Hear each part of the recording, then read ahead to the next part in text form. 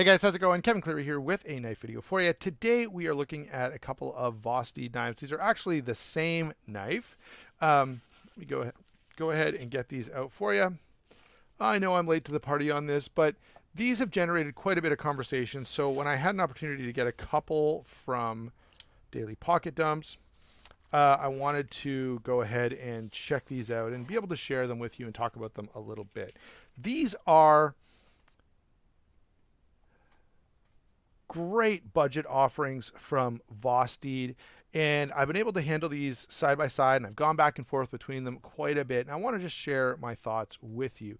First of all, I also know there's some other variants out there. There's a liner lock, there's a button lock, and I think, if I'm recalling correctly, the button lock has had some hiccups. Anyway, all of that aside, I just want you to be aware, okay, that my comments are going to primarily apply to the crossbar lock version of this particular knife. All right, so Vosteed Racoon. Um, I believe I believe these were in G10 first with a liner lock, and then they've sort of progressed over time. I can't remember if the crossbar lock came first or the um, button lock came first. Either way, I would argue that the button lock version is the best version of this. They are on bearings.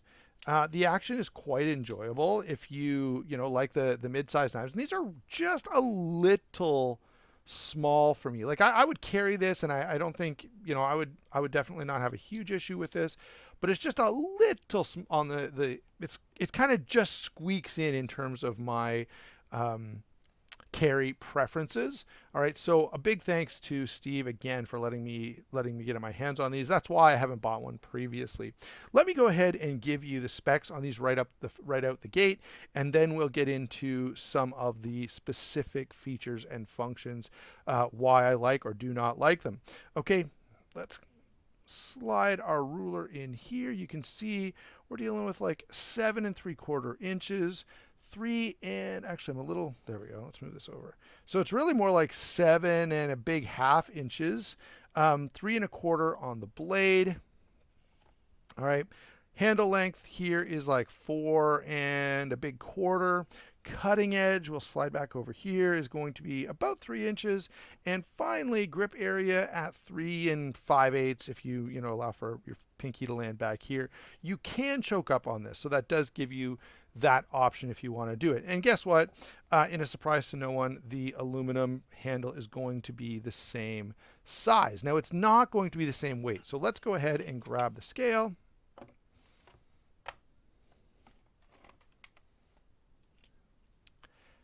And drop this green micarta first. 3.02, really 3 ounces. And 3.5 ounces. All right.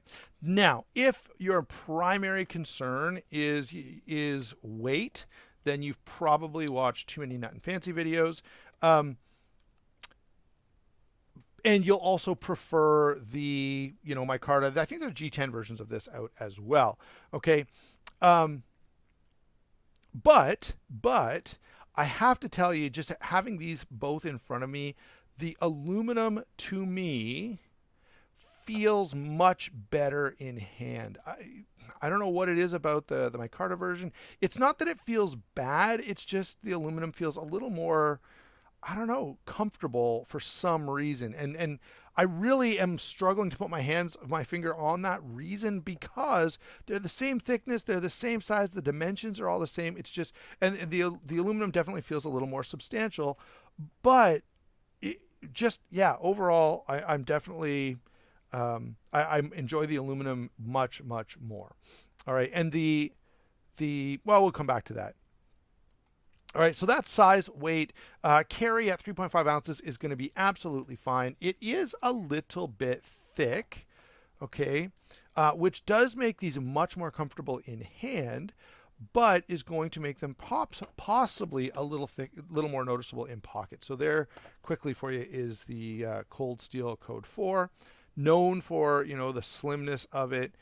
It's known for its slimness, I should say, but you can see there's a significant difference there between the handle thickness, and that does affect the ergonomics. The comfort is much better with a thicker handle. If you made this knife much thinner, yes, it would be easier to carry. You wouldn't notice it as much in pocket, but that would take away from how comfortable it feels in hand. The cold steel gets around that in some different ways, and this is not a cold steel video, so we won't go back into all of that. All right. Now, let's look at the two blades we have here. All right, we have one in Nitro V. You can see really, really nice satin finish on this drop point blade. Okay, over here, we've got a black coated 14C28N version, still a high flat grind. There's a bit of a swedge on the top of this, which is different, and we've got sort of a Wharncliffe blade shape here, but it still has a bit of belly, which is nice for a lot of cutting tasks. All right.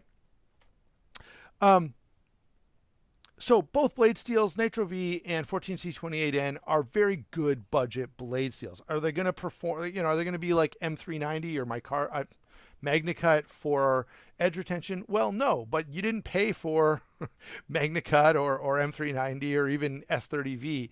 Okay, these are budget knives, and in terms of budget knives, 14C28N is about my favorite. Nitro V is right up there beside it. They're very similar performing steels, and both of them I'm very, very happy to see on any budget knife. Okay, so no complaints at all about the steel, about the design. The last thing we can touch on quickly is the blade stock. So these are fairly slim blades. They're well under 1/8 of an inch, and I like to see 1/8 of an inch on my EDC blades just for that extra toughness, extra durability. Now, am I fair in saying that? Yeah, no, I'm not. Most of the time, you don't need a crazy tough overbuilt blade. I just prefer them. All right, and so yeah, this is very, very good in terms of slicing capability because it's such a high flat grind. It's not the thinnest blade behind the edge that I've ever seen, but it's still quite thin. And so yeah, slicing power, cutting performance, and edge retention for the price point are going to be very, very good. All right. Again, this is a slightly smaller knife, so if you want something a little more substantial, a little bigger, to give you that extra cutting edge, I don't know, maybe you bring a pineapple to work every day and you got to be able to cut that thing in half. If that's the case for you, then yeah, you may need a longer blade like on the military here. Military 2, I should say. No. Yes, military 2. Wow. Sorry guys, I should have had more coffee before I made this video. So the shorter blade is going to be great for like 85% of EDC tasks. One of the things, as you know, that I always complain about is I like that extra blade length for the extra reach that it gives me in certain situations. All right, moving on to the action. These are both these are both very good. All right, excellent implementation of the crossbar lock on both of these knives. All right, easily flickable. If you're the fidget guy, you're going to really, really enjoy these. All right, no issues whatsoever with that. The crossbar lock, the way they've done this, I want you to just notice there's a little more protrusion from the handle than we often see, making this pretty easy to get a hold of. The other thing is, one of the great ways to measure sort of the quality of a crossbar lock is to see what happens if you use it with one finger. And if you can't do it, if you've got to do the double finger thing all the time, it's not quite as well implemented, at least in my opinion. All right. Okay, so crossbar lock, Omega spring style, by the way, and thumb studs is how you're deploying this. Everything is very accessible. Everything is very comfortable. The action is very, very enjoyable. These are on bearings. I may have already said that. If I didn't, yeah, they're on bearings. And so, as expected, the action is great. In terms of side-to-side blade play, up and down blade play, zero, absolutely none. These are quite solid. All right, moving into the handle. The ergonomics on this is better than I expected. All right, but still a little small. So you can see this just barely fits my size large hand. There's no knife sticking out. I can, of course, choke up, and that's a little bit better. All right. Now, is this unusable? Like, would I think, oh man, I don't want to cut anything because this handle's too small? No. So if you have larger hands like I do, this may not be your absolute favorite knife, but it's definitely big enough that it's usable and comfortable. All right. The ergonomics are improved by the fact that this is a little bit thicker. We talked about that before. They're also improved. Now, by the way, I just want to notice that the aluminum scales here are just aluminum scales. There's full stainless steel. And so it's odd to me. They could have saved, they could have saved some manufacturing. They could have saved some weight by just making, putting enough steel in here to implement the lock. We would have had screws in the back going into aluminum, which is not my favorite thing, but it would have worked, right? Of course, can't do that with G10, can't do that with micarta.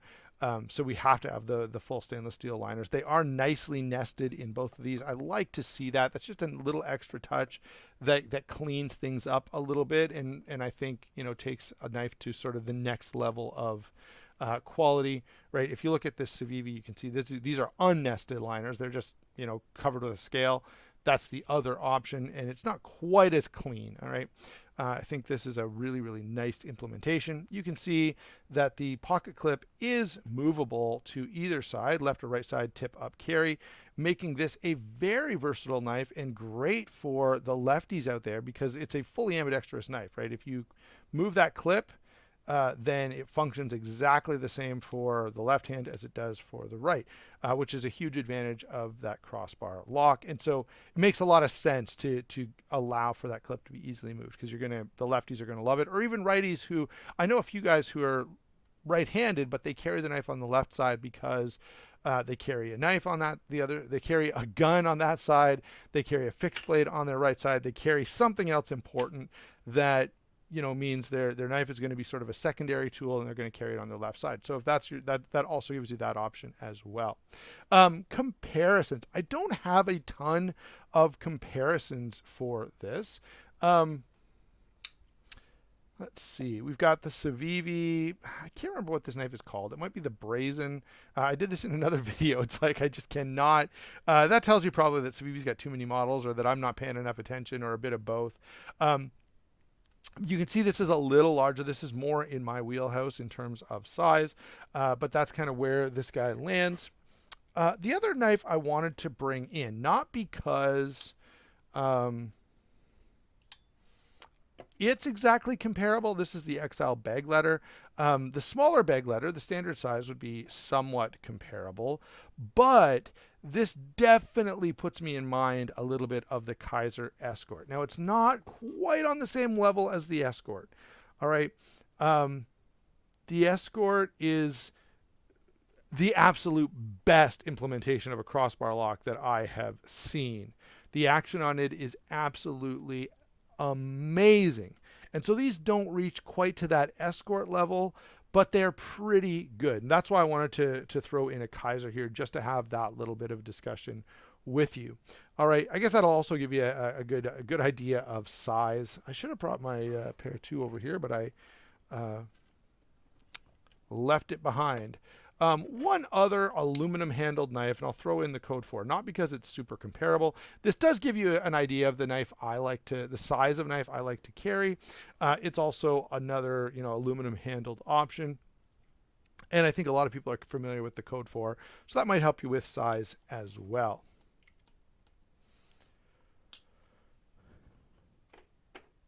So we've given some comparisons. We've talked about the performance of these. What are my overall thoughts? Look, these are really, really great. Now, first of all, if you are like me and you love the Kaiser Escort, I think you're going to love these as well because they're very, very close. All right. Secondly, if you like a smaller fixed blade, if or perhaps you've looked at, say, the Benchmade Bug Out, which I'm just not a fan of. It's just too small, too flimsy. I don't like the bug out at all. And I know it's wildly popular. I scratch my head every day about why that is. It just, that's a knife that does not make any sense to me. But this is a good option because if you like the bug out, this is definitely better. It feels better in hand. It feels more secure. The action is just as good. It costs quite a bit less. And although you're not getting, the higher end blade steel that you can get on a bug out, the edge retention is going to be more than adequate on these. So very, very good bug out alternative, especially with the prices that the bug outs are going for these days, which is one more reason why their popularity doesn't make sense to me. All right. Okay. So there you go, guys. Those are my thoughts on the Vosteed Racoon. One last point I will make in comparing these two, the aluminum just felt better to me. In addition, I feel like I'm a little more drawn to this colorway, just the overall look of the bright blue aluminum and the satin steel. I'm a sucker for that kind of combination. All right, so both of these are very good knives, and again, as I said, if you're really looking to reduce weight, this might be the better option for you. If you want something a little more substantial, I feel like this is a little bit nicer. Neither one of these, by the way, are like hard use tactical outdoor survival type folders. They're meant to be useful EDC cutting tools, and that role they fit into very, very well. All right, thanks a lot for watching. Don't forget to like and subscribe. We will talk to you soon.